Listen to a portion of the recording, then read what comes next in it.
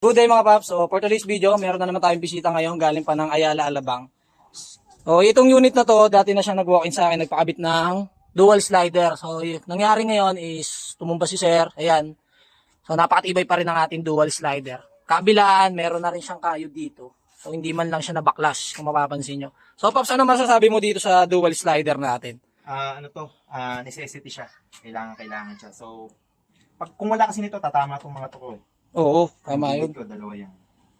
Tsaka malaking tulong talaga siya kasi kung wala talaga, possible mabasag yung kanyang flarings o di kaya makagasgasan. So malaking tulong talaga dual slider. Sa ito pa, nag-build si sir ng top box bracket. So nilagyan na lang din natin ng tip na rubber. So in case na tumumba, mayroon pa rin sasalo. So okay lang naman dito. Dito pa rin para masupport yung kanyang flarings dito. Ayan, kabilaan na to mga paps. Kaya kung gusto nyo mag-avail ng gantong set, PM nyo ako sa JC Busa and JTC Moto. So yun lang mga paps, flex na lang na din natin yung kanyang SA version 3. So yun, flex na natin mga paps. Peace.